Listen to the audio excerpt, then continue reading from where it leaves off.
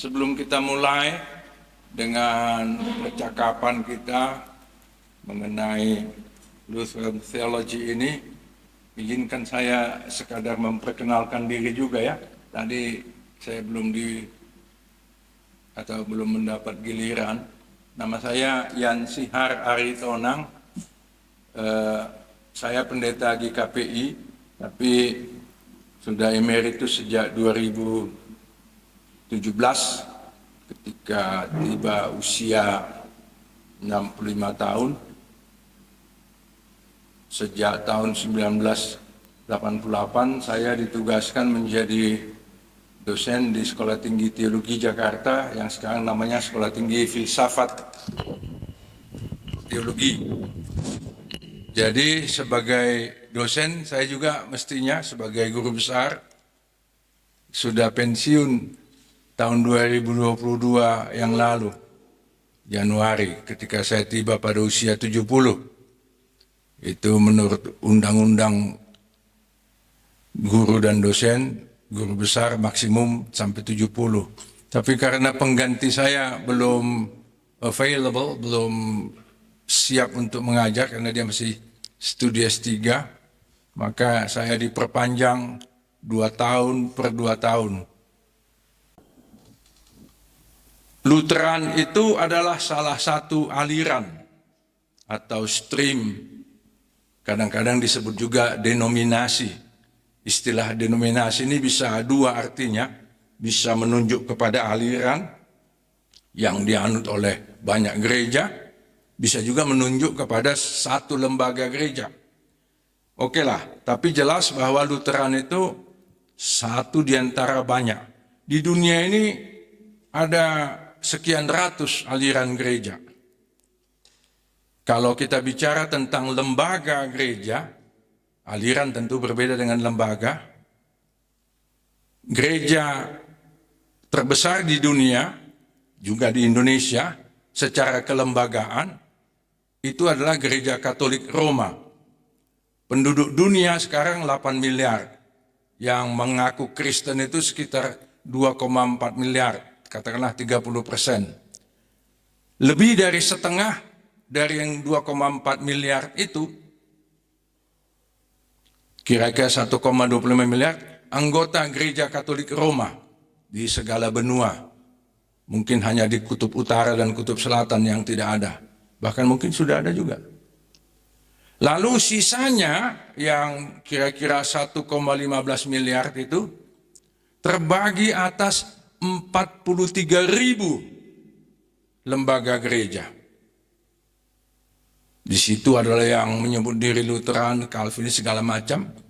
Di Indonesia yang penduduknya sekarang sekitar 280 juta, menurut Badan Pusat Statistik kan kita Kristen termasuk Katolik, itu lebih kurang 10%, katakanlah 28 juta. Ya tentu banyak gereja yang melakukan markup ya, menggelembungkan jumlah anggotanya, biasalah itu di kampung.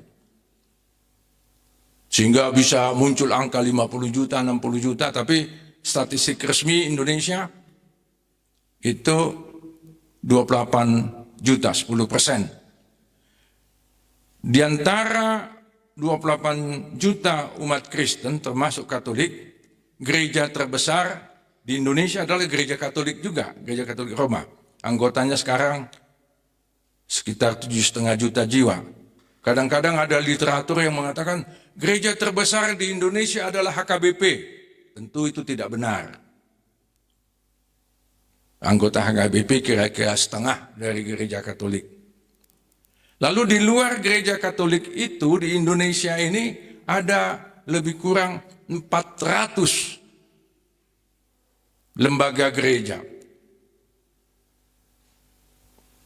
Di antara lebih kurang 400 itu sekitar 340 terdaftar di Kementerian Agama, CQ, Direktorat Jenderal Bimbingan Masyarakat Kristen.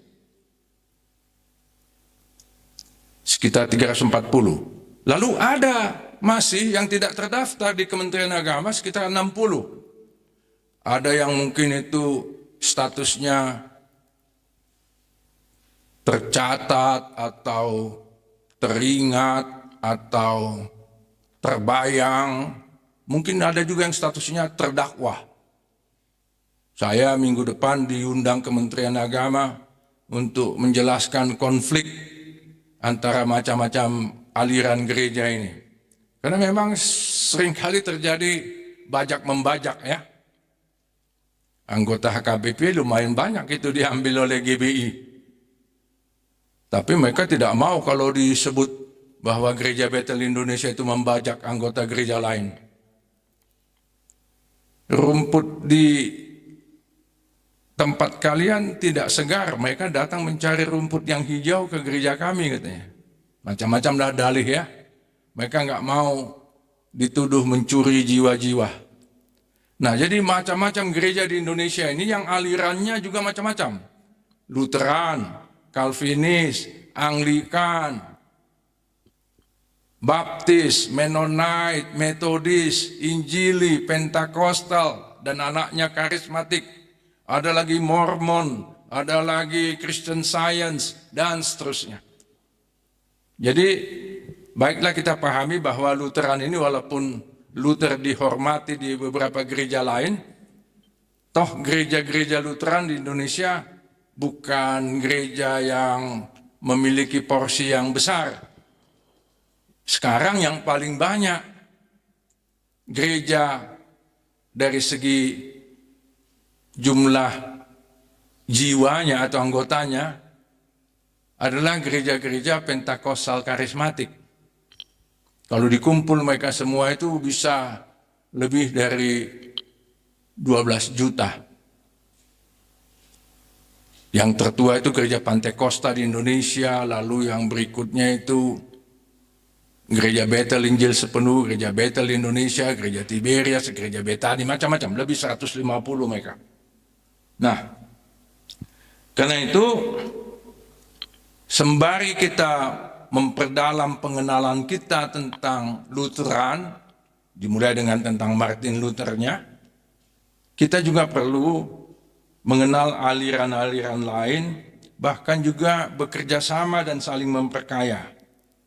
Pada zaman yang ditandai semangat ekumenis sekarang ini, tentu tidak waktunya lagi bagi kita bersikap eksklusif, apalagi mendakwa atau mengklaim bahwa ajaran atau aliran yang kita anutlah yang paling baik.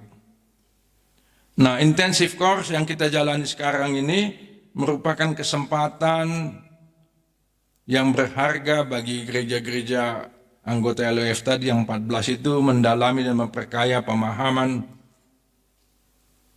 dimulai dengan saudara-saudara peserta intensive course ini ya. Nanti tentu Anda tularkan itu atau bagikan ke kawan-kawan di gereja sendiri.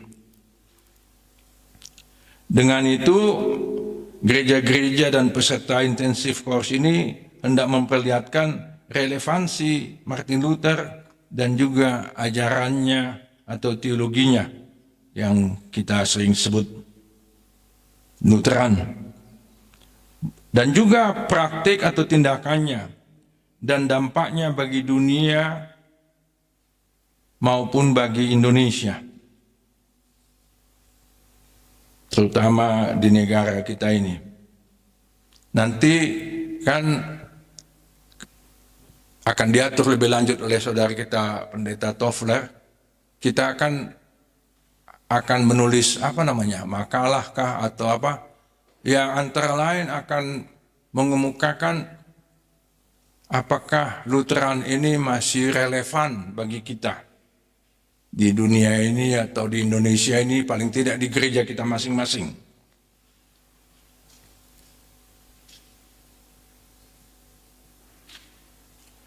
Itu berarti kita perlu mengevaluasi. Sesudah 5 abad dicanangkan, apakah masih relevan atau sudah tidak relevan? Kalaupun masih relevan, apakah sepenuhnya bisa kita pertahankan, atau justru ada yang sudah tidak perlu lagi kita pertahankan?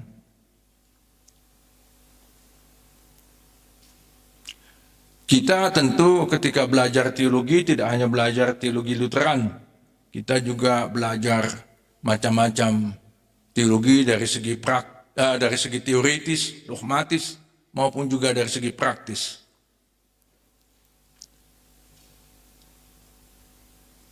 Ada banyak sekarang gereja yang non-Katolik lah katakan, saya tidak mau sebut Protestan sebab banyak dari mereka tidak mengaku Protestan, yang banyak belajar dari kawan-kawan Katolik menyangkut banyak hal. Dengan demikian kita tidak perlu secara fanatik, sempit menyanjung ajaran dan praksis Lutheran sebagai satu-satunya yang benar. Nah, saudara-saudara tentu datang tidak dengan modal nol. Sebelum hadir di sini sudah belajar macam-macam teologi, termasuk teologi Lutheran di sekolah masing-masing, lalu sudah mengenal sejumlah literatur tentang Luther dan Lutheran, dan ini memperlihatkan bahwa teologi Lutheran masih tetap dianggap penting dan menghasilkan macam-macam kajian baru. Silakan atau tolong bedakan Luther dengan Lutheran. Sama seperti Calvin dengan Calvinis. Luther mengemukakan macam-macam pandangan ya. Tadi saya ke perpustakaan itu yang di belakang kita ini. Ada di situ 55 jilid Luther's Works yang saya sebut juga dalam bahan yang saya akan sampaikan. Segala macam hal. Tapi Martin Luther itu bukan sistematikus. Tadi ada yang studi teologi sistematik ya. Dia tidak sistematis dalam menjelaskan pikirannya. Ada satu peristiwa, dia respons dengan entah khotbah atau ceramah atau apalah tulisan. Lalu nanti dihimpunlah itu mungkin oleh editor agak disistematisasi. Tapi Luther bukan seorang teolog sistematikus. Kalau Calvin ya dia seorang sistematikus. Para pengikut Luther mau ikut Luther, tapi tidak seragam, tidak sama pandangan mereka. Nanti saya akan sampaikan dalam perkembangannya, itu ada beberapa, katakanlah, entah cabang atau bagian dari pengikut-pengikut Luther ini. Ada Lutheran konservatif, ada Lutheran moderat, Philip Melanchthon itu misalnya, ada Lutheran Amerika atau American Lutheranism. Nah, buku ini makanya dia disebut buku Concord. Concord itu kan persesuaian atau kesepakatan. Ini adalah hasil konflik atau akibat dari konflik yang terjadi di lingkungan Lutheran sudah sejak tahun 1530-an. Ketika Luther masih hidup dan akan makin hebat konflik itu pada abad-abad selanjutnya. Ini baru hasil kesepakatan pada tahap awal. Ini kan rumus Concord ditulis tahun 1570 kalau saya tidak salah. Lalu nanti bersama dengan rumus Concord itu dihimpunlah beberapa tulisan lain atau dokumen lain, mulai dari pengakuan iman ekumenis, pengakuan iman rasuli, Nicea Konstantinopel, dan seterusnya. Tapi sesudah buku Concord ini dihasilkan, wah makin ramai lagi pertikaian di kalangan Lutheran. Maka tadi saya sempat ngobrol dengan saudara Toffler, di Amerika itu ada lagi himpunan gereja Lutheran yang lain, bukan LWF, apa namanya, ILC ya, International Lutheran Council. Kalau LWF sampai sekarang masih pakai federation ya, tapi belakangan sempat juga diperkenalkan istilah lain supaya tidak sekadar federasi. Salah satu yang menonjol di antara gereja-gereja Lutheran yang sangat berbeda dengan gereja-gereja Lutheran yang terhimpun di LWF adalah Lutheran Church Missouri Synod, itu di St. Louis, Missouri, Amerika Serikat. Mereka selalu mengaku Lutheran, dan konon kabarnya GKLI juga didukung oleh LCMS ya, selain oleh Norwegia.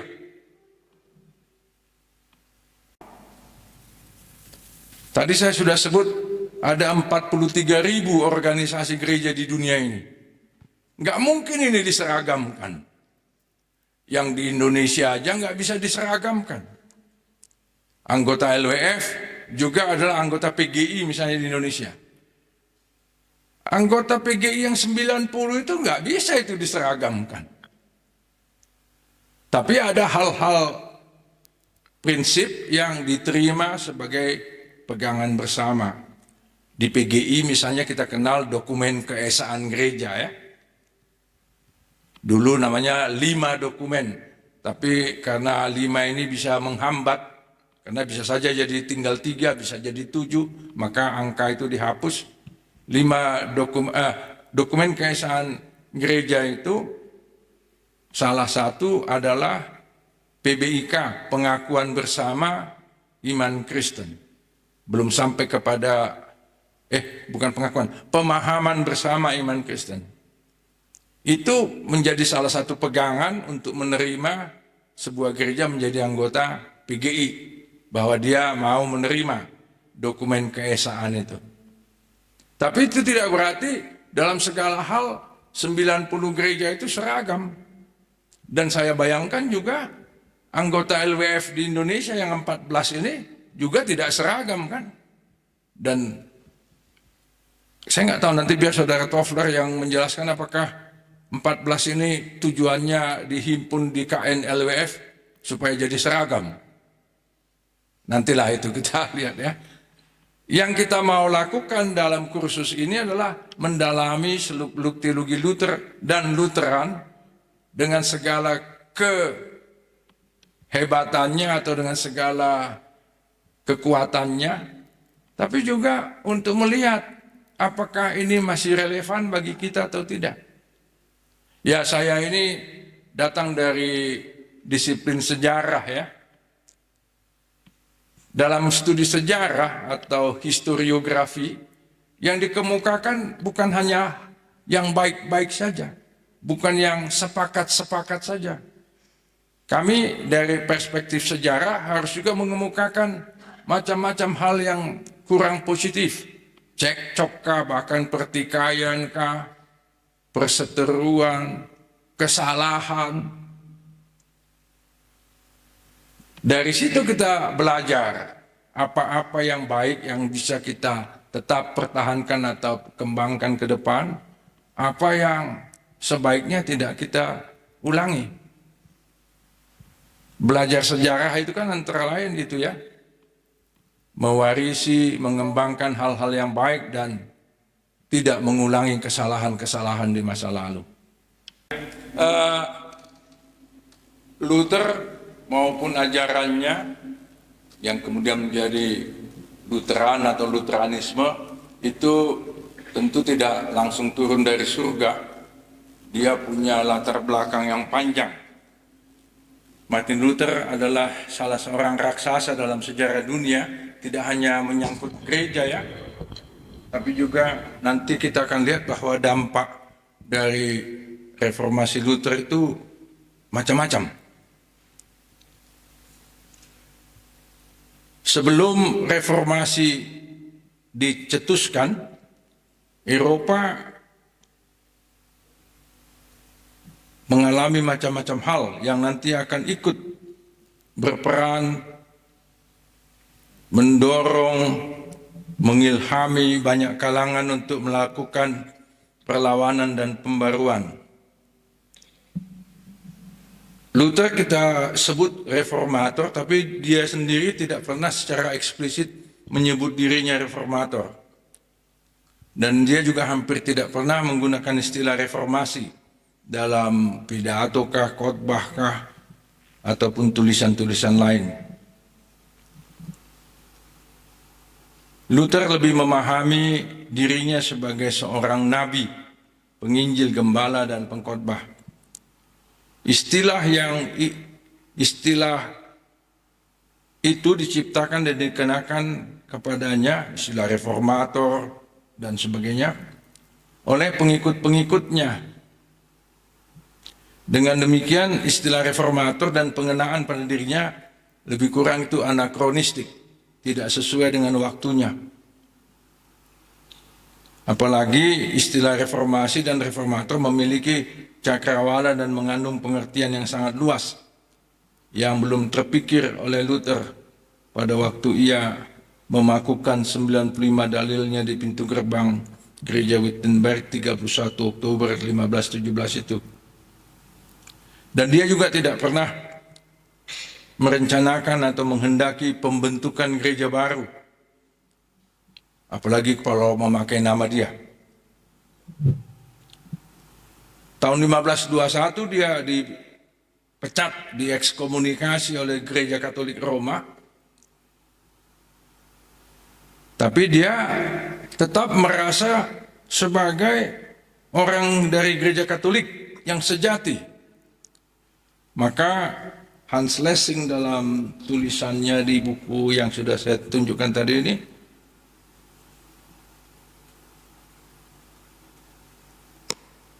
mengutip ucapan Heiko Obermann yang menyebut Luther adalah orang Katolik yang sejati.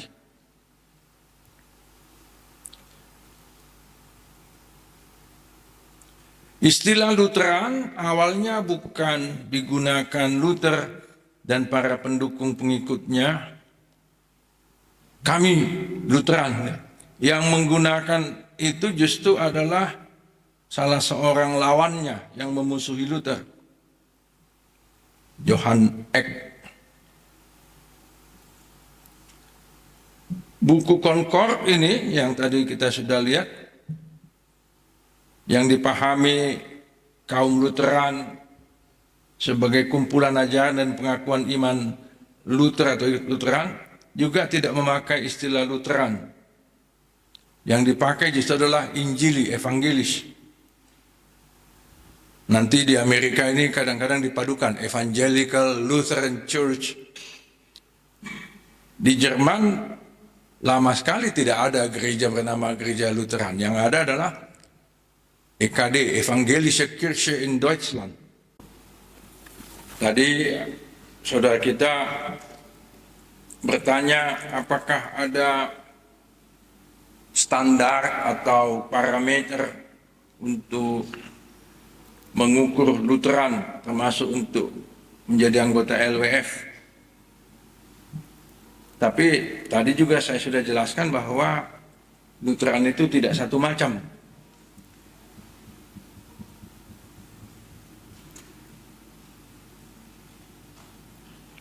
Dalam buku yang tadi saya sudah perlihatkan,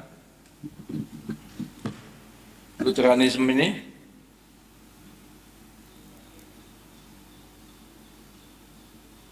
Lutheranisme itu mencakup beberapa pokok. Konfesi Lutheran, nanti minggu keberapa itu konfesi Lutheran akan dikaji ya. Pembenaran oleh iman,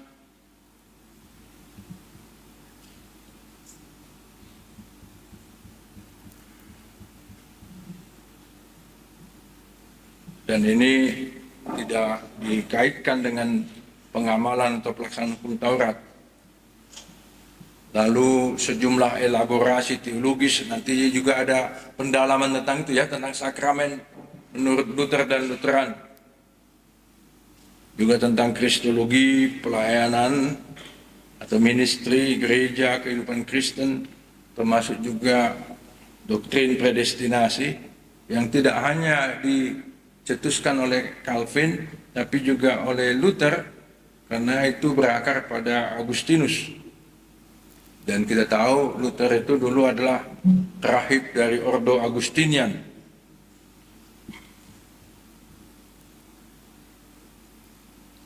ada juga hal-hal yang belum selesai, misalnya kesatuan gereja, dalam ini gereja Lutheran, juga peran atau partisipasi gereja di dalam politik. Lalu juga ada tentang adiafora. Adiafora itu menurut Luther adalah hal-hal yang tidak esensial, tapi tidak dilarang. Misalnya itu pakaian jabatan. Di gereja-gereja kita kan ada pakaian jabatan ya. Kalau di HKBP selain pendeta dan sintua yang warna tohanya berbeda ya, satu hitam satu putih, pejabat mana lagi yang pakai pakaian jabatan? Guru huria, bibelfrau, evangelis, diakones.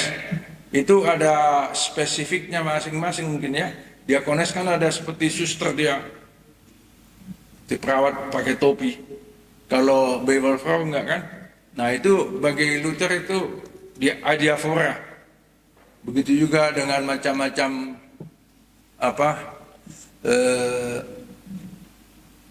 aksesoris di gereja, juga macam-macam praktik dalam beribadah. Dulu saya menganggap tanda dalam nama Bapa, Anak, dan Roh Kudus, amin, itu Katolik. Tapi waktu saya ke Swedia, dalam sebuah konferensi dan tiap hari kami harus ikut perjamuan, semua imam yang memimpin itu ya pakai begini juga, Lutheran itu. Kan di Skandinavia, Swedia, Norwegia, Finlandia, Denmark itu kan gereja terbesar itu gereja Lutheran ya. Lalu mereka tiap kali ibadah juga perjamuan kudus. Di HKBP berapa kali perjamuan kudus? Setahun, 2 kali, 3 kali. Di GKPS 4 kali, 3 kali. Itu pasti bukan Lutheran. Di gereja-gereja Lutheran yang di Skandinavia itu tiap kali mereka ibadah ada perjamuan kudus. Nah, tapi bagi Luther itu termasuk adiafora, artinya bisa masing-masing jemaat lokal menetapkan itu, atau masing-masing gereja di negaranya menetapkan hal itu. Calvin lebih strict dalam soal-soal seperti ini, karena dia tidak setuju adanya patung-patung bahkan gambar-gambar ikon di gereja. Dia bilang gereja tidak boleh diisi dengan patung atau ikon, lukisan ya, yang spesifik. Dia Maria menggendong bayi Yesus dan sebagainya, bahkan ikon tentang suasana surga. Calvin bilang itu nggak boleh. Tapi Luther bilang, ya sepanjang hal itu tidak dilarang di Alkitab, silakan saja.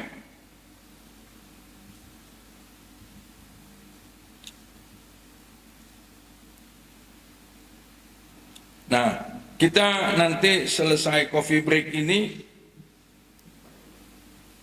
akan masuk ke latar belakang yang lebih rinci, latar belakang dan konteks sosial, politik, ekonomi, dan budaya, lalu latar belakang religius atau gerejawi.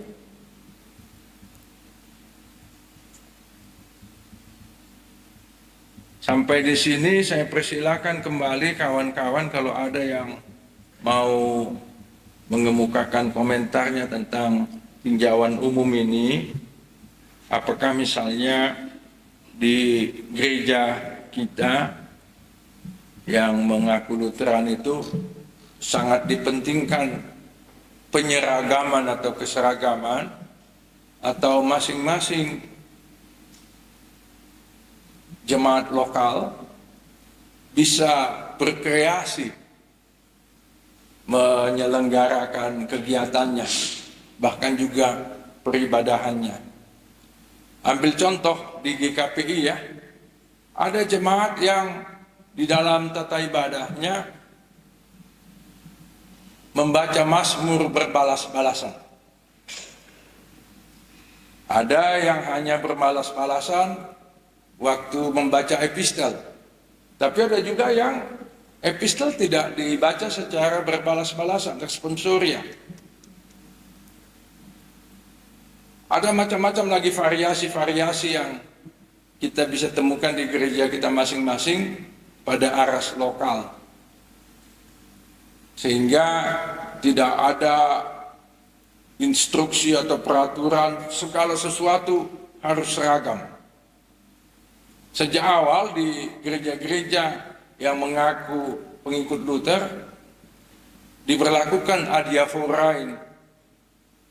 Silakan melakukan atau menggunakan apa saja sejauh itu tidak dilarang di Alkitab sesuai dengan prinsip sola scriptura. Nah, sekarang saya mau undang apakah di gereja-gereja kita, entah HKBP, HKI, GKPS, GKPI, GKLI, ada juga variasi-variasi dalam kehidupan bergereja atau sangat dituntut keseragaman. Saya mau mulai dulu dengan kawan dari GKPA. Mana tadi GKPA? Oh ya, apakah GKPA lebih menyukai keseragaman atau lebih menyukai kebebasan terbatas lah katakan dalam beribadah atau dalam bergereja? Terima kasih, Pung. Kalau mungkin teman-teman yang lain, anggota KNLWF yang ada di sekitar sini, mungkin Lutheran plus, maka GKPA mungkin lebih dari situ. Plus. Mengapa saya katakan demikian? Karena tentu Opung sendiri pun tahu bahwa GKPA bukan hanya berazaskan Lutheran, tetapi lebih daripada itu. Karena ada 3 lembaga sending yang masuk ke GKPA dan membawa alirannya masing-masing. Di wilayah Mandailing, Pakantan itu adalah Mennonite. Di wilayah Sipirok dan sekitarnya itu adalah bentukan dari sending Ermelo, dan juga di beberapa wilayah lainnya adalah bagian dari RMG. Artinya kami menganut paham yang begitu banyak. Calvinisnya ada, Lutherannya ada, dan Mennonite-nya juga ada. Sehingga kalau ditanya terkait dengan keseragaman, tentu saya katakan GKPA sangat memberi peluang untuk memiliki kebebasan dalam ibadah. Termasuk juga ketika Mennonite masuk menjadi bagian GKPA, maka tradisi-tradisi yang ada di Mennonite, di wilayah Pakantan dan sekitarnya, itu tetap masih ada. Sehingga kalau bicara tentang keseragaman, dalam hal ini GKPA tidak mewajibkan keseragaman, namun mengutamakan yang namanya kebersamaan. Kebersamaan. Oh, kebersamaan. Iya, sehingga saya tidak tahu juga apakah itu mungkin bahasa halus dari keseragaman, karena memang kalau dikatakan seragam maka saya katakan tidak seragam, dan kalau dikatakan diseragamkan maka itu tidak akan mungkin. Salah satu contoh yang bisa saya angkat adalah ketika GKPA memutuskan untuk meredaksi pengakuan iman percayanya versi apostolikum dalam versi Angkola. Ada pengubahan redaksi bahasa di situ, dan itu keputusan sinode dan sudah disurati oleh kantor pusat supaya memakai pengakuan iman percaya versi apostolikum dalam versi yang baru. Tetapi GKPA di dalam keberagamannya itu tetap saja memakai apa yang sudah menjadi kebiasaan mereka selama ini. Sehingga kalau tadi Opung tanya, apakah mungkin diseragamkan di GKPA, maka saya katakan tidak akan mungkin. GKPA itu adalah bagian dari HKBP juga dulunya, HKBPA. Dan ketika HKBP menjadi bagian dari LWF dengan diakuinya Konvensi 1951, dan konvensi yang dimiliki oleh GKPA pun adalah perpanjangan dari konvensi itu, saya rasa dalam analisa saya Karena memang salah satu, kalau saya tidak salah, kalau nanti salah saya bisa diperbaiki, Pung. Karena kalau saya tidak salah pun, mengapa pada akhirnya HKBP diterima menjadi LWF, tentu karena ada butir-butir pengakuan yang dianggap selaras dengan pengakuan Konvensi Augsburg, sehingga berangkat dari situ juga lah HKBP diterima menjadi LWF. Nah, kalau saya melihat itu juga yang menjadi deliknya, Pung, mengapa GKPA diterima menjadi LWF. Terima kasih, Pung. Tadi Anda mengatakan konvensi GKPA mengacu juga ke Augsburg dan juga ke konvensi HKBP. Itu kan berarti GKPA sudah punya konvensi sendiri. Sudah, Pung. Sudah. Sejak tahun berapa itu? Saya belum mencatat itu. Konvensi sejak 1975, Pung. Konvensi GKPA. Kalau dibilang konvensi GKPA sepenuhnya tidak, karena hanya mengadopsi konvensi 1951 punya HKBP.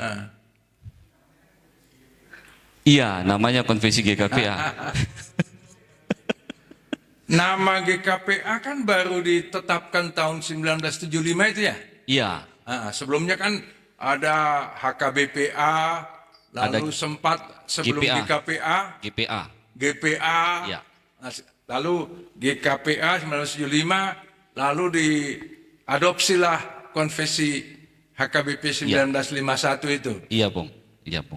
Tapi kan HKBP tidak berhenti di konvensi 1951. Nanti dia bikin lagi konvensi yang kedua 1996. Kami GKPA masih berhenti di 1951, Bung. Oh gitu ya? Iya, Bung. Dan menarik, nanti HKBP bisa share ya, antara 51 dan 96 dari kedua konvensi HKBP ini banyak yang tidak cocok satu sama lain.